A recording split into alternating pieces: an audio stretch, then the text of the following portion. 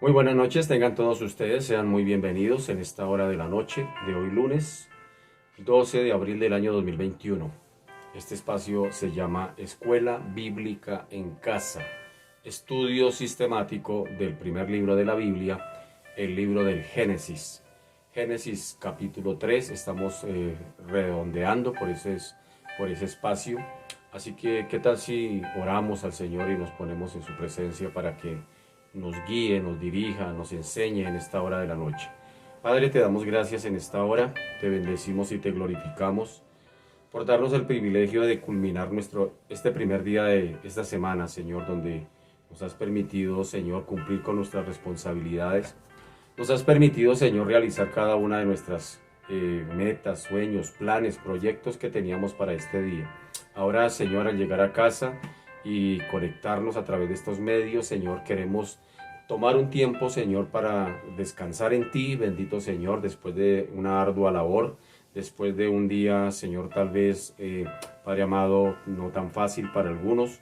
Sin embargo, nos colocamos delante de ti en esta hora para, Señor, Dios de los cielos, poder refrigerarnos en ti por medio de tu palabra y con la ayuda de tu Espíritu Santo, quien nos ayuda a recordarla, a memorizarla, a retenerla, Señor. Nos colocamos delante de ti en esta noche, Señor, para estudiar juntos este primer libro de tu palabra, Señor, el libro del Génesis, bendito Señor, donde son los orígenes de todas las cosas que vemos y aún las que no vemos, Señor, son orígenes, Padre amado, allí a través de este bendito libro donde, Señor, se nos cuenta y se nos narra una a una cada una de las cosas que tú, Señor, creaste, bendito Señor. Padre amado, por eso en esta hora pedimos Espíritu Santo, el Espíritu Santo que se movía sobre las aguas desde el momento de la creación, el Espíritu Santo que inspiró tu palabra, Señor.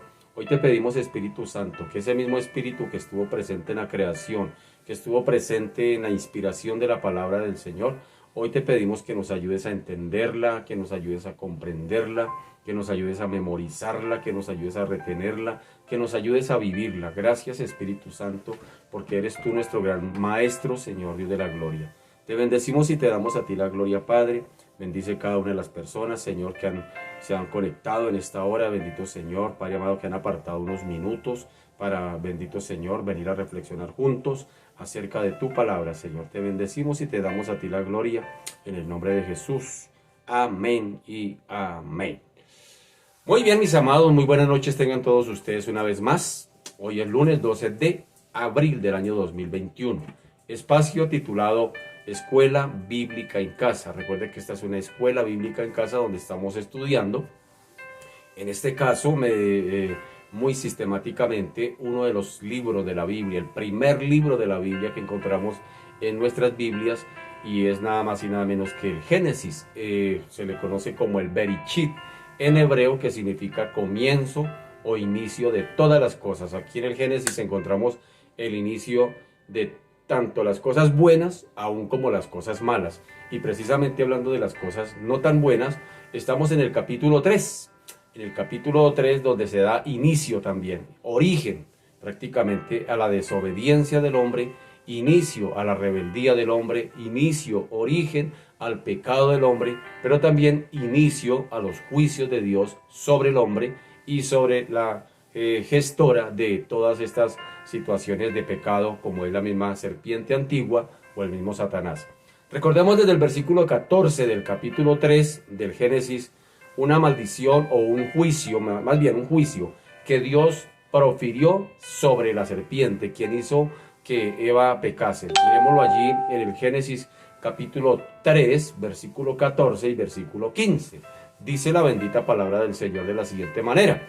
Dice: y Jehová Dios dijo a la serpiente: por cuanto esto hiciste, maldita serás entre todas las bestias y entre todos los animales del campo. Sobre tu pecho andarás y polvo comerás todos los días de tu vida. Y pondré enemistad entre ti y la mujer, entre tu simiente y la simiente suya. Esta te herirá en la cabeza y tú le herirás en el calcañar. Así que hablábamos la semana pasada, recordemos rápidamente que este versículo, estos dos versículos prácticamente son una profecía mesiánica donde Dios mismo se la está profiriendo a el enemigo de nuestras almas, al mismo Satanás. Le está diciendo: por cuanto esto hiciste, maldita serás, es decir, aborrecida serás delante de mis ojos, entre todas las bestias y entre todos los animales del campo. Que eso quiere decir la palabra maldita, aborrecido por Dios. Y habla de que hay una profecía, pero a la vez es una promesa. Y mire que esta promesa se le hace a la misma serpiente. Le dice: pondré enemistad entre ti, se lo prometo, que pondré enemistad entre usted y la mujer, entre la simiente suya y la simiente de la mujer. Esta te herirá en la cabeza y tú le herirás en el calcañar. Es decir, a través de que hay una profecía aquí ya cumplida, o mejor, sí, cumplida en su primera instancia, cuando el nacimiento de Cristo y su muerte y su crucifixión, y es más, su ascensión. Sin embargo, también es una promesa, digámoslo de alguna manera, es una promesa no hecha al hombre, no hecha a los hijos de Dios, no hecha a nadie más, ni nada menos, no hecha ni siquiera a Adán ni a Eva, sino esta promesa es hecha a la serpiente. Es decir, pondré enemistad entre ti y la mujer, de la simiente suya y la simiente de la mujer. Esta te herirá en la cabeza y tú le herirás en el calcañar. Si nota, encierra las dos ahí, encierra una promesa, pero también encierra una profecía. Así que el Señor lanza este juicio contra la serpiente. Y decíamos la semana pasada que aunque se habla de una victoria de Cristo sobre Satanás mismo, se habla de una victoria de la mujer sobre la serpiente.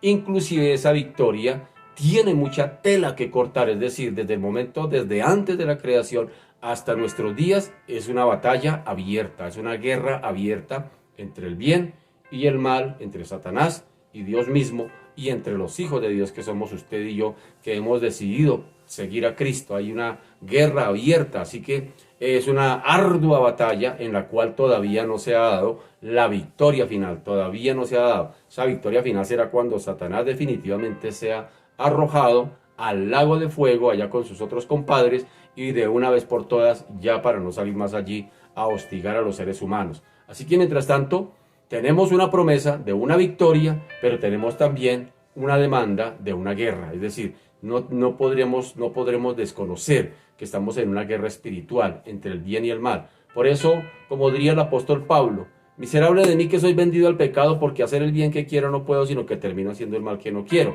Es decir, por más cristianos que seamos, seguimos pecando. Quiera que no, hermano, no hay día, que no hay un solo día, que pase un solo día sin que no le fallemos al Señor. En una u otra manera, de una u otra manera, le fallamos al Señor. Eso de que decir: ay, Señor, si en algo te he ofendido, si en algo, todos los días lo ofendemos, todos los días pecamos, todos los días le fallamos al Señor. Así que, hermano querido, esa es una de las razones que vamos a estudiar hoy.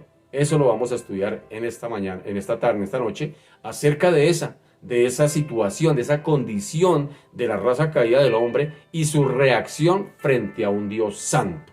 Así que entonces aquí vemos en el versículo 14 y versículo 15, que después del juicio proferido de Dios o por parte de Dios contra Satanás, ahora viene otro juicio. ¿Contra quién? Viene un juicio contra aquella primera pareja de seres creados, de los primeros seres humanos. Viene un juicio. A la mujer se le dijo en el versículo 16 y en el versículo 17. ¿Qué se le dijo a la mujer? De parte de Dios. Hay un juicio a esta mujer. ¿Qué le dice el Señor?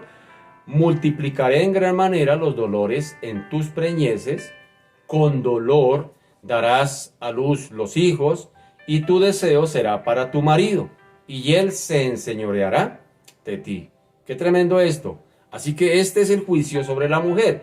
Ella, definitivamente, la mujer Eva, dará a luz, dice aquí, con dolor a sus hijos. Qué tremendo eso. Parece una paradoja. Es interesante observar, por ejemplo, que lo que trae alegría al hogar, lo que trae alegría a los seres humanos, como el ser padre, como el ser madre, lo que trae esa alegría produce y lo que trae también la continuidad de la familia humana, lo que trae el propósito de Dios de llenar la tierra y sojuzgarla, lo que trae ese propósito tenga que ser por medio del sufrimiento, tenga que ser por medio del dolor. Es decir, los dolores de parto para las mujeres cuando dan a luz, eso no estaba diseñado dentro del plan original de Dios. No estaba dentro del plan de Dios el dolor, y mucho menos el dolor en cuanto a algo que produce alegría, que es como traer un hijo al mundo. Así que definitivamente el Señor, pues este es el juicio que lanza contra ella. Nada más y nada menos que en algo que le debería producir una alegría extrema, le produce dolor.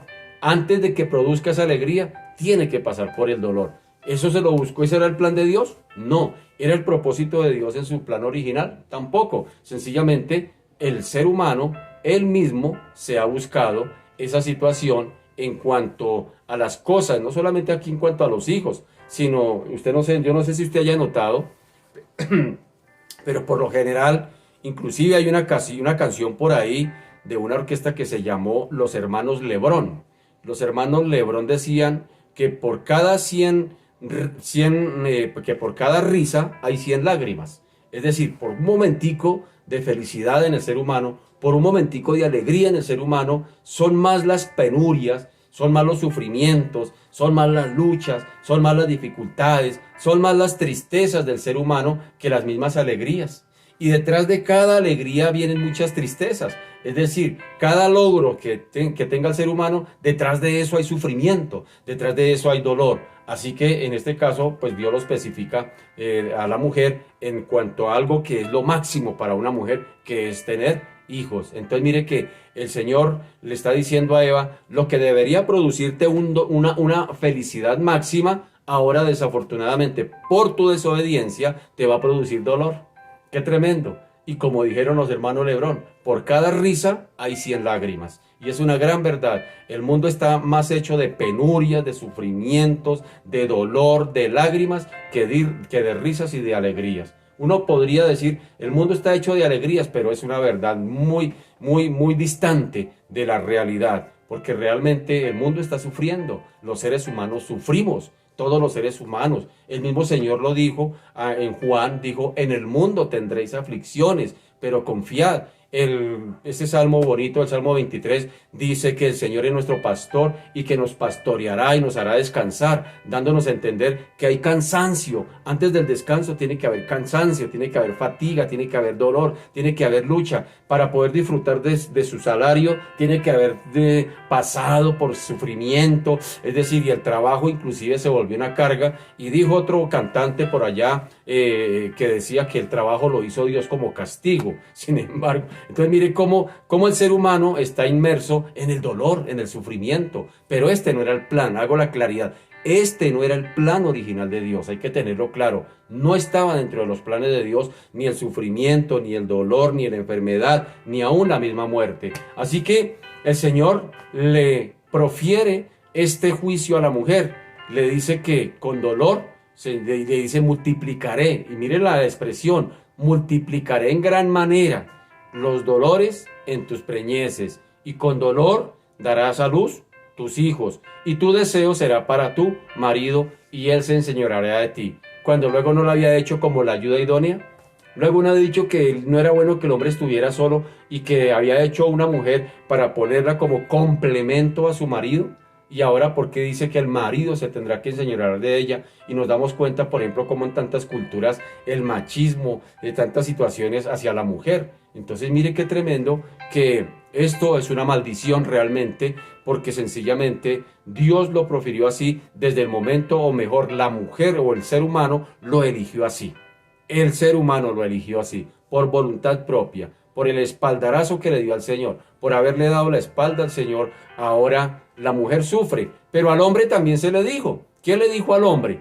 Dice allá en el versículo 17, dice de la siguiente manera: y al hombre dijo, por cuanto obedeciste a la mujer, a la voz de tu mujer, y comiste del árbol de que te mandé diciendo no comerás de él, maldita será la tierra por tu causa. ¿Sí nota? Con dolor comerás de ella todos los días de tu vida. Espinos y cardos te producirá, y comerás plantas del campo. Con el sudor de tu rostro comerás el pan, hasta que vuelvas a la tierra, porque de ella fuiste tomado, pues polvo eres, y al polvo volverás. A partir de ahí, el ser humano, el varón, también ha tenido que padecer, sufrir. De hecho, el trabajo se le volvió una carga.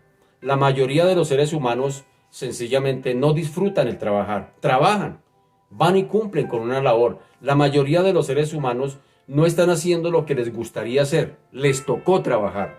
les tocó en lo que salga, porque sencillamente hay que subsistir, porque el mismo Señor dijo, y el mismo Señor le dice, con dolor tendrás y con el sudor de tu frente tendrás que ganarse el sustento. Y el ser humano le ha correspondido también con dolor, inclusive poderse alimentar, cumplir o suplir sus necesidades físicas en lo más básico como es el alimento. Y si usted nota, uno se pone a mirar y se pone a darse cuenta de cómo los seres humanos, la mayoría, se trabaja es sencillamente por comer, por la comida. Y la mayoría de la gente se preocupa es por la comida. Cuando el mismo Señor, inclusive por allá en el Evangelio de Mateo capítulo 6 dice, ¿por qué se afanan qué van a comer? ¿Sí nota? El ser humano a partir de ahí entró en el afán de tener que comer, de tener que alimentarse, cuando el mismo Señor había prometido que Él mismo los iba a alimentar, que le había provisto de árboles del huerto, lo había provisto allá, de todo para que comiera.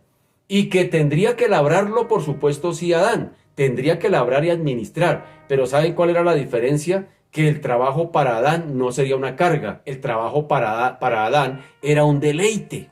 Hoy en día el trabajo no es un deleite.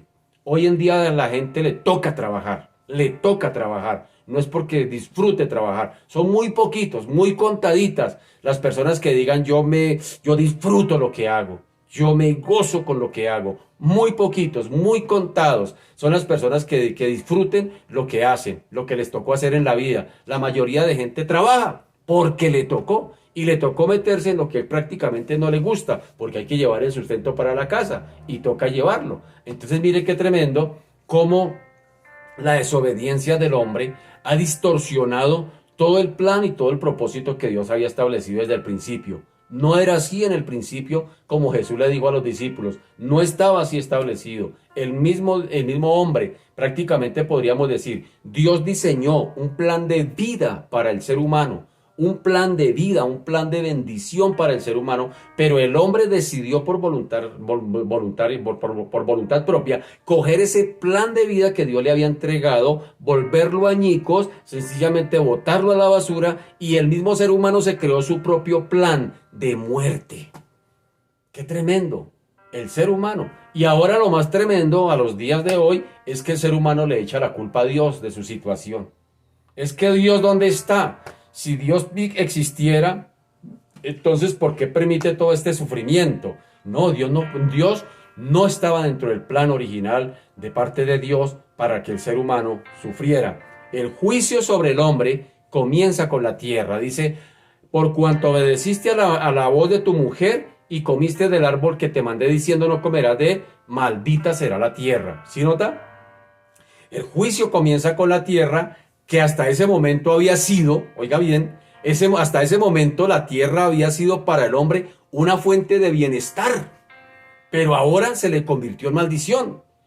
Ahora forma parte del juicio de Dios la misma tierra, y Romanos por allá dice que la tierra gime por causa de la desobediencia del hombre. Uno podría pensar que el pecado del hombre, la desobediencia del hombre, solamente afectó al hombre, pero no, afectó también la tierra. Se podría decir que afectó a toda la creación de Dios, la tierra, los animales. Todo está infectado por causa de la desobediencia del hombre, por causa de la rebelión del hombre contra Dios. El Señor profirió maldición sobre la tierra. Dijo, maldita será la tierra, producirá espinos, producirá cardos, producirá situaciones de ese tipo. Es decir, y al hombre le dijo, y ahora tendrás que labrar la tierra, pero te va a costar sufrimiento, te va a costar dolor, te va a costar agotamiento, te va a costar desgaste. Porque póngale cuidado usted que el ser humano, en la mayoría de los trabajos que elabora, la mayoría de sus trabajos lo van desgastando, aún en lo físico. ¿Cuánta gente se pensiona y cuando salen pensionados ya salen enfermos de una empresa X y motivo por situaciones que tuvieron que vivir durante 20, 30 años metidos en una empresa y finalmente los entregó, los arrojó a una vejez enfermos?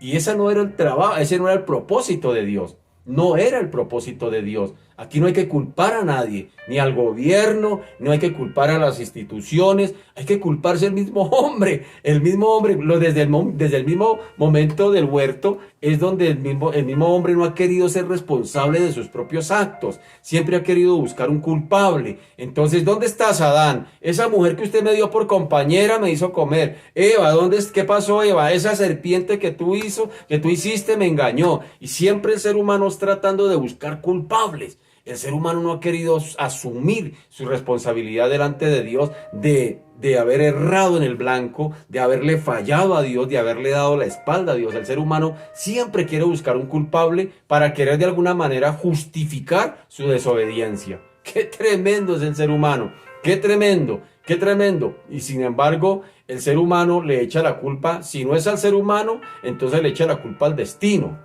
Entonces dicen, es que Dios ya a uno los destinó para sufrir y a otros para pasarla bueno. No, sencillamente ni es cuestión del destino, ni es cuestión de la suerte, ni es cuestión de Dios. Aquí es cuestión de la mala decisión que el mismo ser humano tomó desde el mismo huerto del Edén. Desde el mismo momento de su creación, el ser humano decidió voluntariamente darle la espalda al Señor.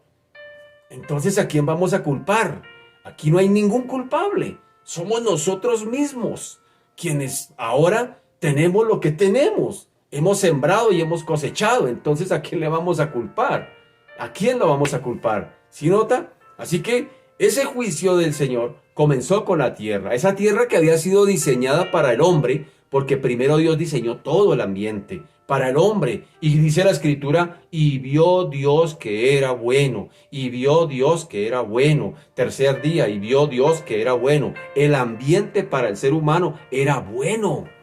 Y Dios lo puso ahí en un ambiente bueno para el ser humano. Pero ese ambiente ahora por la desobediencia del hombre, que era bueno desde el comienzo, que era bueno ante los ojos de Dios y que era bueno ante la creación de Dios, ahora se convirtió en maldito. Maldita será la tierra por causa de tu nombre. ¡Qué tremendo eso!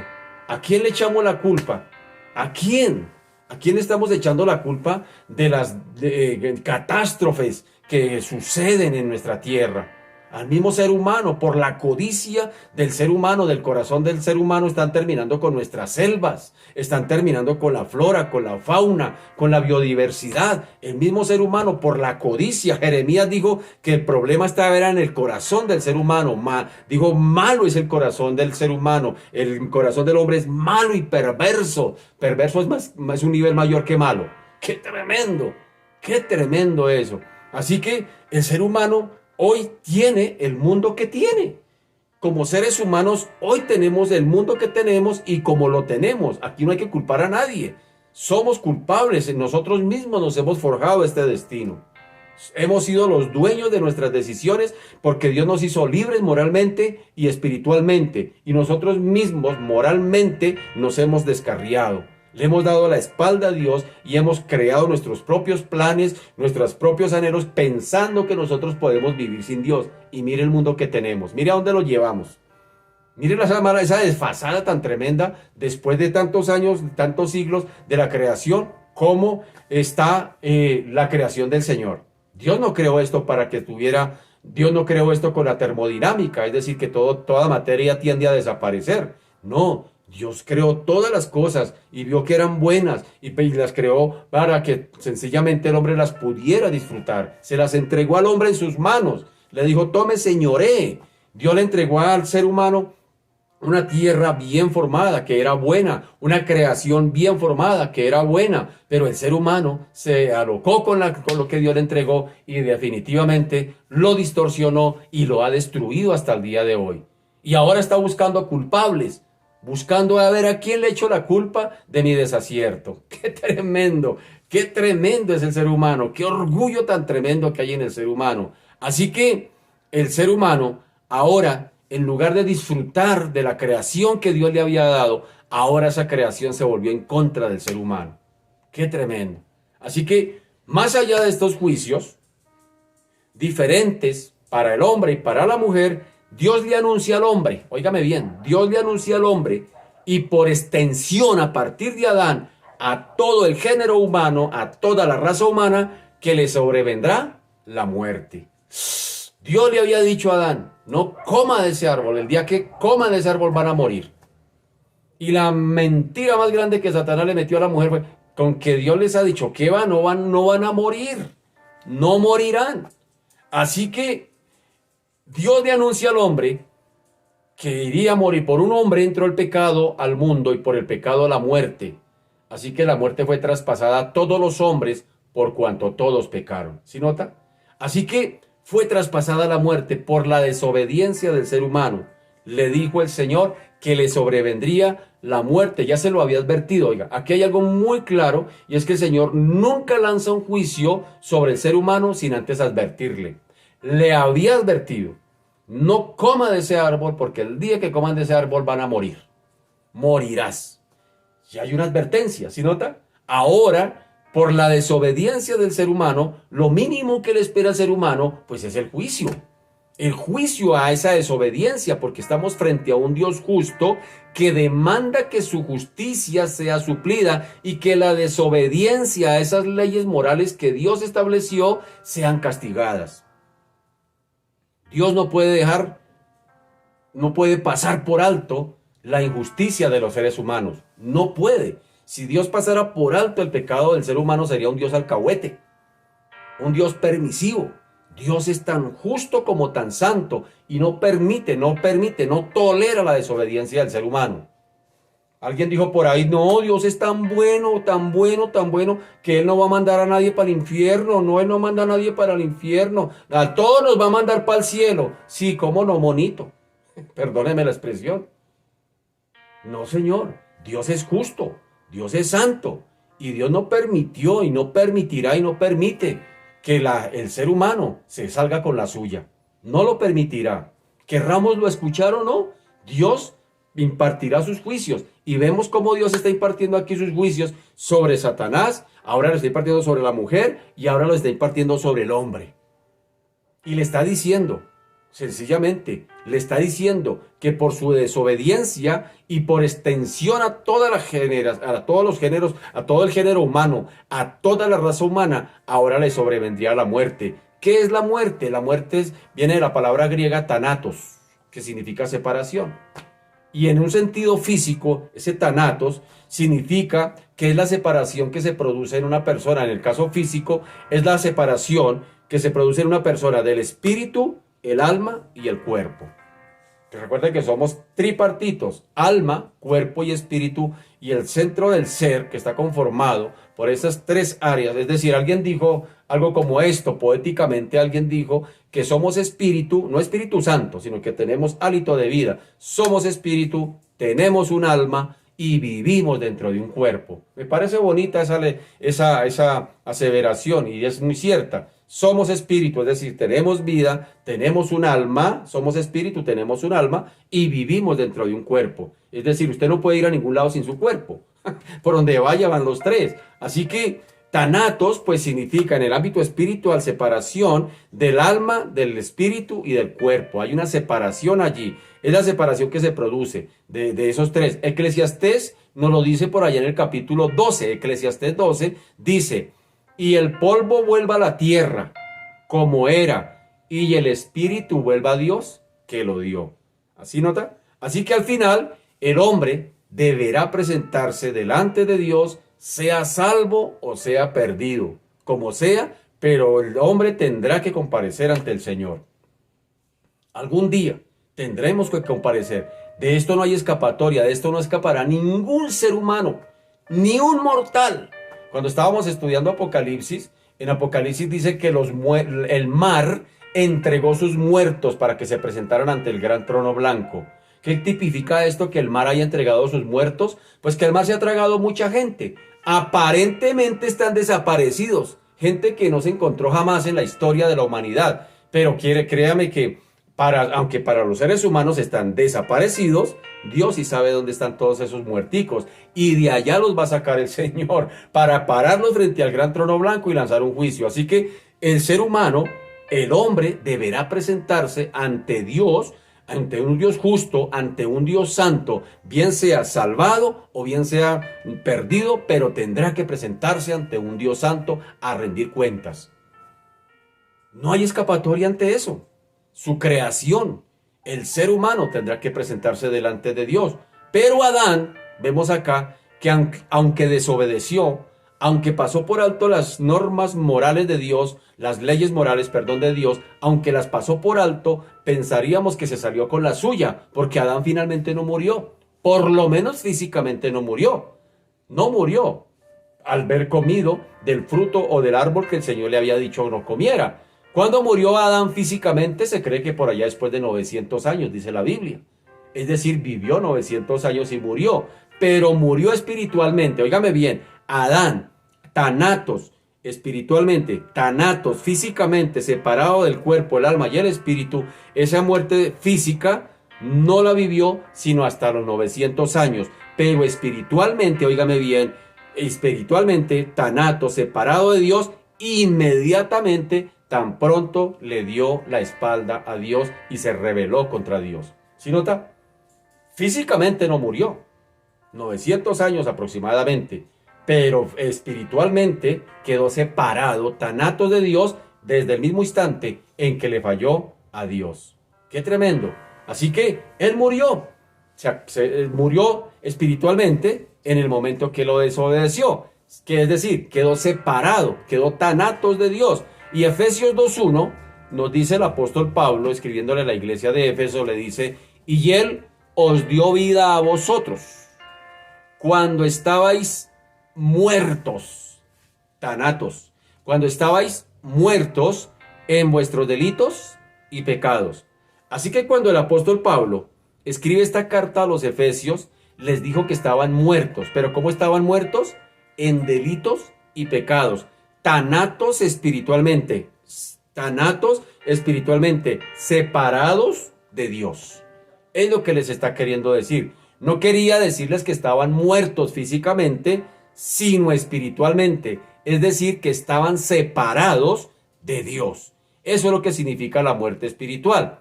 Y aquella maravillosa parábola, también recordémosla por un momentico, esa parábola tan maravillosa del hijo pródigo, de allá del Evangelio de Lucas, del capítulo 15. Nuestro Señor relató una historia allí maravillosa de aquel joven que abandonó a su padre, que pidió la herencia. Imagínese que le pide la herencia cuando está vivo, el papá. Dame la parte de mi herencia que me voy, me cansé de estar en la casa, de echar bueno, me quiero ir. Y el papá le dio la herencia y recordemos que se fue y la desperdició. La desperdició allá con rameras y se malgastó la plata. Y después de que ya no tenía ni un peso en el bolsillo, empezó a darse cuenta de la condición en la que estaba y reaccionó, dijo, ¿yo qué hago aquí? En la casa de mi padre hay jornaleros que están echando mejor que yo, y reacciona y dice, iré a la casa de mi padre, pediré perdón. Eso significa arrepentimiento, levantarse, reaccionar e ir, significa arrepentimiento. Versículo 24 dice, cuando el padre lo ve, el padre lo recibe, lo abraza, hace una fiesta, mata un cordero allá, mata ganado allá, le hace un tremendo festín allí, y el hijo mayor está también allí, y el papá le dice al hijo mayor de la siguiente manera en el versículo 24 de Lucas, allá en Lucas 15, le dice, porque mi hijo era muerto. Oigan eso, la expresión del papá, mi hijo era muerto, estaba separado del padre. Estaba separado, estaba tanatos. Mi hijo era muerto, no era que estuviera hablando muerto físicamente, sino que se había separado, había abandonado al padre. Y el mismo Señor narra acerca de este padre la forma como estaba tanatos, estaba separado. Dice, porque mi hijo muerto era y ya revivido, se había perdido y es hallado. Y dice que comenzaron a regocijarse en Lucas 15:24. Es decir, aquel joven había estado tanatos, separado, muerto de su padre. No estaba muerto físicamente, sino que se había separado de su padre. Lo había abandonado, se había ido. Estar separado del Padre, que está en los cielos, óigame bien, equivale sencillamente a estar muertos espiritualmente. Por eso el Señor le dijo a Nicodemo, Nicodemo, te es necesario nacer de nuevo. Y Nicodemo empezó a hacer, pero ¿cómo sí? ¿Cómo es que yo, cuchito, me meto otra vez allá? ¿Qué hago? Y el Señor le dijo, no, mi hijo, usted tiene que nacer espiritualmente. Está separado de Dios y tienes que volver a Dios. Eso significa nacer de nuevo, volverse a Dios. Tienes que volver a nacer, nacer del Espíritu, nacer espiritualmente para poder pertenecer a un reino espiritual como es el reino de los cielos. No se puede entrar, óigame bien, no se puede entrar al reino de los cielos, que es un reino espiritual, desde nuestra naturaleza humana. Cosa incorruptible, dice por allá Apocalipsis, no entrará. Cosa inmunda no entrará a ese cielo santo. No podrá entrar. Sencillamente, por eso Pablo dice que lo corruptible se tiene que vestir de incorrupción para poder entrar a esa naturaleza de santidad como es el reino de los cielos. Por eso la expresión de Jesús hacia Nicodemo, tienes que nacer, es una necesidad. Es necesario que nazcas de nuevo. Es necesario nacer del Espíritu. Y el mismo Señor tiene que hacerle plastilina a Nicodemo y decirle, chinito, lo que es nacido de la carne, carne es. Lo que es nacido del Espíritu, Espíritu es. No te maravilles, no te asombres, no te escandalices, porque te estoy diciendo que tienes que nacer de nuevo. ¿Sí nota? El ser humano está así, separado de Dios, está muerto espiritualmente. Está muerto y definitivamente un muerto espiritual, por eso no puede reaccionar ante las cosas. Bueno, sí puede reaccionar, esa es la ventaja, que un muerto físico no puede reaccionar ante las chispas de vida que da. Ya un muerto no puede, por ejemplo, oler flores. ¿Para qué le llevamos flores a un muerto si no las puede oler? ¿Para qué le llevamos serenata a un muerto si no puede escuchar? ¿Sí me hago entender? Un muerto ya no puede reaccionar. ¿Sabe que la ventaja del que está muerto espiritualmente hablando es que puede todavía reaccionar? Es algo sobrenatural. Dice el Señor por allá en Juan, dice, y los muertos oirán la voz. Es decir, hablando de los muertos que oirán la voz para sencillamente salvación. Pero también habla de los muertos que oirán la voz para pararse delante del Señor ante el gran trono blanco el día que tengan que comparecer. Es decir, un muerto espiritualmente sí puede reaccionar ante la voz de su Señor. Es decir, un muerto espiritualmente que está separado de Dios puede reaccionar ante la voz del Evangelio. Cuando escucha el Evangelio, puede reaccionar. Esa es una de las ventajas que tiene frente a aquel que está muerto físicamente. El que está muerto espiritualmente puede reaccionar. Es decir, el poder de Dios que resucitó a Jesús de los muertos es ese mismo poder de Dios que es el Evangelio. Por eso el Evangelio, como decía el apóstol Pablo, no me avergüenzo del Evangelio porque es poder de Dios para salvación. Es decir, para resucitar a los muertos espiritualmente hablando. ¡Qué tremendo eso! El que se dispone a escuchar la voz de Dios, aunque esté muerto espiritualmente, el mismo Señor dijo, el que a mí viene y esté muerto tendrá vida, aunque esté muerto vivirá. ¿Sí nota eso cuando dice por allá Juan en capítulo 11? El que esté muerto, aunque esté muerto y escuche mi voz, aunque esté muerto, vivirá si reacciona a esa voz. Entonces, aquí ese joven del capítulo 15 de Lucas, estaba separado de Dios, no es que estuviera muerto físicamente, sino estaba separado, pero tuvo la capacidad de reacción, tuvo la capacidad de sentarse y decir, oiga, sí, yo como que me separé de mi padre, voy a volver a casa de mi padre, le pediré perdón, le voy a decir que ya no me haga como su hijo, sino que me haga como uno de sus jornaleros. Pero el papá lo estaba esperando con toda misericordia y eso es tipo de Cristo que nos está esperando al pecador para que se vuelva al Señor. Él no lo va a echar fuera. Dice el que a todo aquel que viene a mí, yo no lo echo fuera. Así que, en otra ocasión también, el mismo Señor dijo, en Juan 11:25, yo soy la resurrección y la vida. Aquí está el texto que estábamos hablando. Yo soy la resurrección y la vida. El que cree en mí, aunque esté muerto, vivirá. ¿Sí nota? El que cree en mí. Es decir, el muerto espiritualmente tiene la capacidad de reacción al Evangelio para producirle vida. El mismo Señor dice, yo soy la resurrección y soy la vida. El que cree en mí, el solo evento, el solo acto de creer en el Señor, le produce vida a ese que está muerto espiritualmente. ¡Qué poder del Evangelio! Por eso el Evangelio no es cualquier cosa, mi querido. Esta mañana nos predicaba nuestro pastor, el Evangelio no es cualquier mensajito por ahí. El mensaje que nos ha sido entregado, el mensaje del Evangelio, es el poder de Dios para salvación, para producir vida a tantos muertos que están espiritualmente hablando. ¡Qué tremendo eso! ¡Qué tremendo eso, mi querido! No tenemos cualquier cosa, por eso es que hay que predicar el Evangelio. Es lo que va a producir vida. No va a producir vida ni la cantaleta que usted le dé al pecador, ni sus buenas intenciones, no, ni la coacción que usted le haga al pecador. Lo que le produce vida es cuando el Evangelio llega a los oídos. Por eso Pablo dijo, todo aquel que invoque el nombre del Señor sería salvo, pero ¿cómo van a invocar en aquel que no han creído? ¿Cómo van a creer en aquel de quien no han oído? ¿Y cómo van a oír si no hay quien predique? Así que la fe viene por el oír, y el oír por la palabra de Dios. Mire, cuando la palabra de Dios entra a los oídos de un pecador, eso produce vida y reacción a creerlo. ¡Qué tremendo! Nadie se puede resistir al Evangelio. Yo duré 37 años huyéndole por aquí, huyéndole por allá, sacándole por allí, sacándole por allí, nunca. Pero llega un momento en que nadie se puede escapar al amor del Señor. Nadie se puede escapar porque las palabras del Señor son vida. ¡Qué tremendo privilegio, mi querido! ¡Qué tremendo! El Señor dice, yo soy la resurrección. Yo soy la resurrección y soy la vida. Y mire el orden. Mire el orden. Primero dice que es la resurrección y después dice que es la vida. No lo invirtió. No dice yo soy la vida y la resurrección. No, dice yo soy la resurrección y soy la vida. Es decir, el que cree en mí, aunque esté muerto, vivirá. Queriendo decir que el Señor tiene poder para resucitar a los muertos espiritualmente hablando.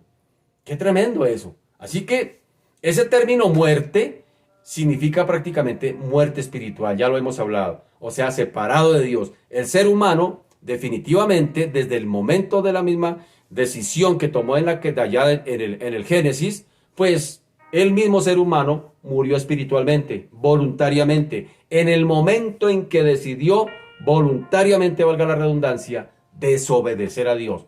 ¿Por qué voluntariamente? Porque el Señor lo hizo moralmente libre, libre albedrío. El ser humano, o sea, y eso tiene que ver con la justicia de Dios y ya lo hemos repetido varias veces. Dios es tan justo que le dio la libertad moral, óigame bien, la libertad moral al ser humano aún de desobedecerle.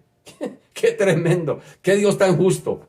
Pero así como lo hizo moralmente libre, también lo hace moralmente responsable delante de un Dios justo.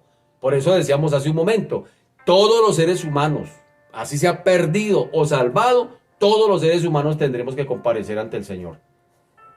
Tarde que temprano tendremos que pararnos ante un juicio. El que es salvado pues no se va a presentar ante un juicio para salvación, sino un juicio sencillamente para calificar cuánto de Cristo lleva en él. Es decir, el tribunal de Cristo. Pero el gran tribunal, el trono blanco, será para todos aquellos que definitivamente se rechazaron a Cristo, que definitivamente pasaron la vida, inclusive murieron rechazando a Cristo. Ese día el Señor los va a resucitar para pararlos frente a Él, frente a su trono blanco, dar un dictamen de culpables. Allí ya no hay oportunidad de salvación y al lago de fuego van a templar. ¡Qué tremendo! Ya lo predicamos allá en la iglesia la semana pasada, Apocalipsis 20. ¡Qué tremendo, mi querido! Así usted no lo quiera escuchar, hermano, pero es una realidad. Es una realidad y querramos evadirla o no, es una realidad. ¿Y quién va a escapar ante eso? ¿Quién va a escapar ante lo que Dios dijo? Dios es veraz, Dios es verdad. Y yo digo, yo soy el camino, yo soy la verdad y yo soy la vida, dijo el Señor. Así que el ser humano, así por más oídos sordos que quiera hacer, hermano, eso no lo exime.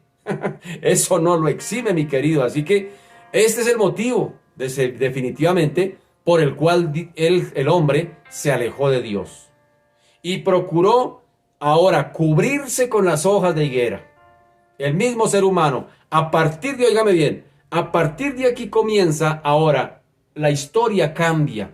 La historia empieza a cambiar de rumbo. A partir de aquí, la historia comienza mejor la historia de la redención. El plan de Dios para redimir al ser humano. A partir de aquí, versículo 20-21 dice, óigame bien, verso 20 y 21. Y llamó a Adán el nombre de su mujer, Eva, por cuanto era madre de todos los vivientes. Y Jehová Dios hizo al hombre y a su mujer túnicas de pieles y los vistió. Así que es evidente que para obtener las pieles de animales, ¿qué pasó? Pues estos debieron ser sacrificados. Y creemos que este es el origen acá, óigame bien, creemos aquí, con esta acción del Señor de colocarles pieles a Adán y a Eva para cubrirlos, pieles de animales, tiene que haber un sacrificio allí. Y aquí se origina, óigame bien, Bereshit. Recuerde que Génesis es el libro del origen. Aquí se origina, así como se originó la desobediencia, como se originó todas aquellas cosas de Adán y Eva hacia Dios, ahora aquí se origina la redención, los sacrificios, a través de los sacrificios, de un sacrificio para redimir al ser humano. El Bereshit, creemos que este es el origen de los sacrificios, o del sacrificio de parte de Dios. Y que aquí o que se hace, o mejor, de esa manera, es como Dios se lo empieza a explicar al hombre. Dios definitivamente rechaza las hojas de higuera que el hombre hizo y las cambia por pieles, por ropas de pieles.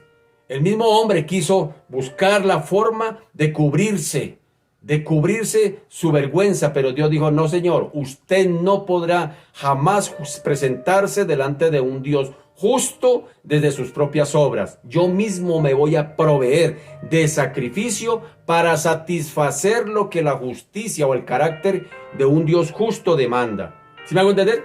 El carácter de Dios justo demanda muerte, castigo sobre la desobediencia a sus leyes morales. La paga del pecado es muerte, dice Romanos capítulo 6, verso 3.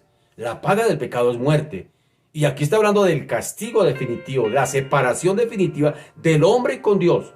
El hombre está separado de Dios, pero a partir de aquí se inicia el Bereshit, que el hombre se puede acercar a Dios a través de un sacrificio. Dios, cuando él mismo quita esas hojas de higuera, le dice al hombre: no, usted no se cubrirá, yo mismo soy el que lo voy a cubrir, yo mismo lo voy a cubrir con pieles de animales. Le estoy dando a entender que para que esas pieles de animales se den para cubrirte, debe haber un sacrificio. Un inocente tuvo que pagar por el culpable, y es tipo de Cristo, tipo de lo que el Señor está haciendo en los seres humanos, en la raza humana. Es decir, aquí, a partir de aquí, nace la redención, nace el plan de Dios, el Bereshit de Dios, a partir de, o mejor, para redimir al ser humano de su pecado a través de un sacrificio sustitutorio, es decir, el sacrificio de su Hijo Jesucristo. ¿Sí notan eso? Así es como se lo explica al ser humano. Dios rechaza esas hojas de higuera, lo cubre con pieles de animales. Cuando ellos ¿y para qué? Para que cuando ellos salieran del jardín, que los iban a expulsar más adelante, los iban a echar allí del jardín, para que cuando salieran de allí recordarían el sacrificio de sangre, que era la única forma de poder acercarse a Dios, y contemplarían además lo que más tarde en la historia sería una realidad.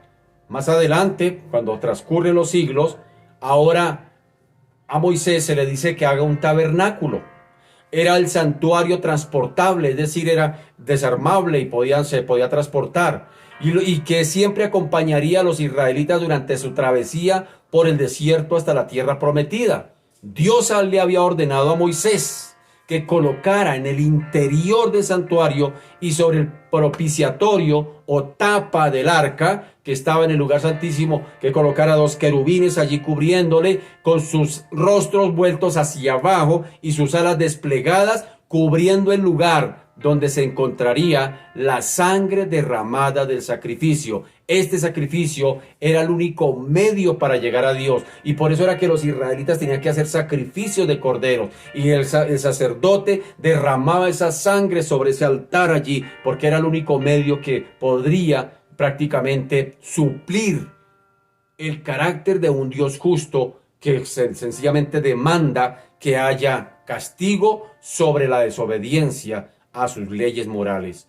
Y el ser humano es la única forma como podría acercarse al Señor. Pero todo esto viene siendo tipo de lo que vendría a ser Cristo en la cruz más adelante. Está apuntando a ese sacrificio, a que Él un día iría a entregar a su Hijo. Por eso el Antiguo Testamento, algunos dicen que es la preparación hacia la salvación de Dios de parte de Dios para los seres humanos, y que Cristo o los evangelios son el cumplimiento de ese propósito de salvación. Y que más adelante las cartas de Pablo, pues, y cuando proclamando a los gentiles el evangelio, pues es la proclamación del evangelio de la salvación, y que con el Apocalipsis, pues es el cumplimiento pleno de esa salvación. Toda la Biblia, desde el Génesis hasta Apocalipsis, no es otro el tema. El plan de Dios para salvar al ser humano. El plan, los propósitos de Dios para querer salvar al ser humano, un propósito que nació allá en Génesis capítulo 3. El hombre definitivamente decide desobedecer a Dios, pero Dios mismo inmediatamente decide redimirlo. ¡Qué Dios tan amoroso! ¡Qué Dios tan justo! ¡Qué Dios tan santo, mi querido! Y a partir de hoy, o a partir de ahí, inclusive todos los seres humanos todavía encrespan su puño contra Dios. Todavía se pelean con Dios. Todavía no quieren saber nada de Dios, sacar a Dios definitivamente de sus vidas. Así que el hecho, o mejor, de aquellas hojas de higuera, podemos sacar dos verdades grandemente allí. Dos verdades, dos lecciones. La primera, y es que el ser humano debe tener una vestidura adecuada para poder acercarse a Dios, pues no puede llegar a Dios de cualquier manera, o en base a sus hojas de higuera, o en base a sus propias obras. No se puede. El ser humano tiene que presentarse ante Dios, un Dios justo y santo, tal como es. Óigame bien, tal como es. ¿Cómo se tiene que presentar el ser humano ante Dios? Como un pecador. ¡Qué tremendo! Como un pecador. No tengo nada que ofrecer, no tengo nada que traer, no hay nada bueno en mí. Me presento delante de ti tal como soy, confiando en el sacrificio de Cristo, confiando en la obra de Cristo para recibir perdón y redención y justificación de parte de Dios. ¿No dice el mismo Señor que Él da gracia al que se humilla delante de Dios? ¿No lo dice? La segunda cosa es que la cobertura de las hojas de higuera, al ser ropa preparada, por decirlo de alguna manera, por las manos del hombre, era y es insuficiente. Dios no la considera como algo que definitivamente sea suficiente para cubrir su condición de pecador. Dice por allá en Isaías que nuestras obras son como trapos de inmundicia ante los ojos de Dios. Así que la cobertura para poder acercarse a Dios es provista por Dios mismo. Es Dios mismo quien la provee. Isaac le hizo la pregunta a Abraham: ¿y dónde está el cordero para el sacrificio? Y el mismo Abraham le dice: Dios se proveerá de cordero para el sacrificio. Él se provee para cordero. Él mismo se provee lo que su justicia demanda.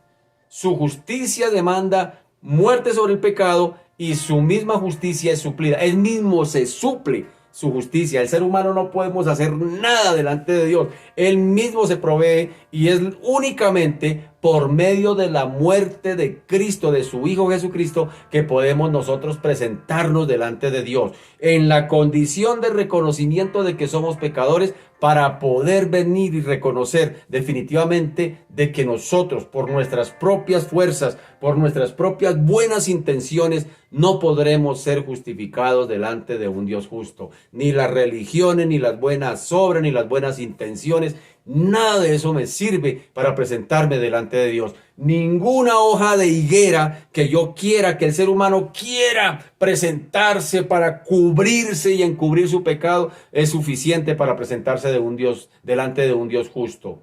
Dios mismo se proveyó. Dios mismo ya proveyó el sacrificio para tapar, para quitar mejor el pecado del mundo. Dijo Juan el Bautista: he ahí el Cordero de Dios que quita el pecado del mundo. Así que el ser humano debe tener un sustituto que se interponga entre sí mismo y entre la justicia de Dios, o ante un Dios justo. Lo más difícil para el ser humano, óigame bien, lo más difícil para el ser humano o para los seres humanos es el querer reconocer la condición de pecadores delante de Dios.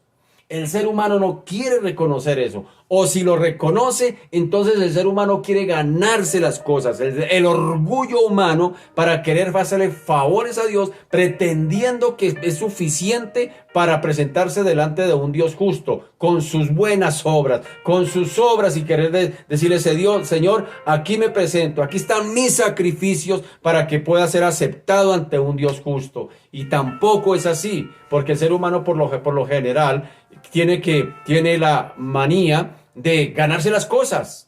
Es acostumbrado a ganarse todo. Por eso quien tiene logros levanta las manos y dice: yo me lo logré, eso es mi sacrificio, esos son mis méritos. El ser humano quiere siempre buscar el reconocimiento, el aplauso, y definitivamente no está dispuesto a rendirse ante un Dios justo y santo. No está dispuesto a reconocer su condición de pecador, de insuficiente, de incapaz de salvarse a sí mismo. Oiga, Pablo dijo: con Cristo estoy juntamente crucificado. Y no es que Pablo se haya crucificado al pie de Cristo. No, sencillamente lo está poniendo desde el ámbito espiritual. Dice: ya no vivo yo, mas Cristo es el que vive en mí. Cuando está queriendo Pablo diciendo: y con Cristo estoy juntamente crucificado, está queriendo decir que él es insuficiente, que sus logros, todo lo que él sea en sus propios esfuerzos humanos, son insuficientes. Lo único que Pablo tiene en mente y en mira es la cruz de Cristo para poder ser justificado delante de un Dios justo. No es más, no es más. Pero el ser humano es orgulloso por naturaleza, y ese orgullo es lo que lo entenebrece para no querer presentarse delante de un Dios. No quiere rendirse. El orgullo, la arrogancia, por eso es que dice el Señor: yo doy gracia al que se humilla, pero al que es soberbio lo miro de lejos.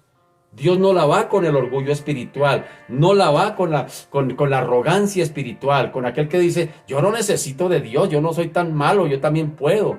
Qué tremendo, y así están los seres humanos. Así que lo más difícil para los seres humanos es eso: reconocer su condición. Y es la única manera en que podemos ser perdonados y justificados delante de un Dios justo. No hay otra manera. No hay otra manera. No hay otra manera. No hay otra forma de cómo el ser humano se pueda justificar delante de Dios. Se nos ha ido el tiempo, mi querido. El tiempo corre muy rápido. Se me queda mucha tela por cortar. Pero bueno, ahí vamos. Dejémoslo ya para la próxima semana, mi querido. Siga estudiando los últimos versículos a partir del... Bueno, léase todo el capítulo 3 del Génesis. Léalo allí, repase. Y la semana entrante, si Dios permite, terminaremos este capítulo 3 e iniciaremos el capítulo 4 del libro de Génesis. Así que Dios nos ayude. Que Dios nos ayude a reconocer que definitivamente no podemos presentarnos delante de Dios con nada. No tenemos nada que traer, no tenemos nada que ofrecer. Y el Señor espera precisamente eso, que vengamos ante Él con las manos vacías, para Él darnos todo lo que Él nos quiere dar. A veces nosotros le decimos: Señor, dame más de ti. Y el Señor dice: pero ¿cómo le voy a dar más de mí si estás tan lleno de ti? Tienes que desocupar las manos, tienes que salir de toda tu comodidad, de todas tus cosas, de toda tu manera de creer, de tu manera de creer en mí, inclusive ir al Señor, para que yo pueda darte de mí lo que verdaderamente... ¿Y qué es lo que nos da el Señor? Dice por allá en Hebreos que nos da su gracia y su misericordia. Por su gracia nos da lo que no merecemos, y por su misericordia no nos da lo que realmente merecemos. Y es más, por su justicia nos da lo que realmente sí merecemos. ¿Y qué merecemos? Nada. Todo se lo debemos a un Dios justo. Padre, te damos gracias, te bendecimos y te glorificamos. Señor, gracias, Padre amado. En esta noche nos presentamos delante de ti una vez más, reconociendo que no tenemos nada que ofrecer, que si no es por la obra de Cristo en la cruz, bendito Señor, definitivamente, Padre amado, tú no nos podrías mirar de otra manera. Señor, somos tan declarados justos y no porque seamos buenos. Sencillamente es por la gracia tuya, Señor, que se manifestó allá en la cruz. La gracia de Dios mismo se manifestó en la cruz. Esa es la gracia, el regalo inmerecido. El que tenía que Cristo venir a morir para que la justicia tuya fuese suplida, Señor. Y definitivamente, bendito Señor, todos los méritos son tuyos, bendito Dios. No tenemos nada que ofrecer, no tenemos nada que aportar, bendito Señor, a nuestra salvación. Hoy oramos por esta humanidad orgullosa, arrogante, altiva. Esta humanidad que no quiere reconocer que necesita un Salvador. Esta humanidad que cree que puede por sí sola, sin Dios. Que puede, Señor de la gloria, salir avante, bendito Señor, y que un día se va a presentar delante de un Dios justo con hojas de higuera. Mire los orfanatos que fundé, mire las buenas obras que hice, mire la religión que seguí, mire tan bonito y tan juicioso que yo era. Eso no le va a servir de nada. Esas hojas de higuera no sirven para nada. El Señor tuvo que presentar definitivamente un sacrificio, y es el sacrificio de su Hijo mismo, allá pegado, allá puesto en la cruz, bendito Señor, para poder decirle al hombre, mire allá a la cruz, para que puedan ser verdaderamente redimidos, puedan ser verdaderamente declarados justos delante de mi justicia, dice el Señor. Señor Dios de la gloria, ¿quién se puede presentar delante de ti? ¿Quién se puede presentar delante de ti, pararse frente a ti, bendito Señor, y decir, es que yo soy tan bueno? Ningún ser humano, ningún mortal, bendito Señor. Si algo somos, bendito Señor, es por tu gracia y tu misericordia. Si algo somos, bendito Señor, Padre amado, Dios de los cielos, es por la obra de Cristo en la cruz. Padre amado, te damos gracias por tu amor incomprensible, no lo podemos entender. Ese amor, bendito Señor, que Padre amado, ningún ser humano lo puede entender. No lo podemos comprender, no podemos entender cómo un Dios tan bueno haya decidido dar la vida por sus enemigos. Porque eso es lo que éramos antes, éramos tus enemigos. Porque dice la Escritura que nosotros nos declaramos enemigos tuyos, estábamos enemistados contigo, Padre amado. Decidimos voluntariamente darte la espalda y sin embargo, Dios de la gloria, tú diste la vida, tu vida, por los enemigos. Porque eso es lo que éramos.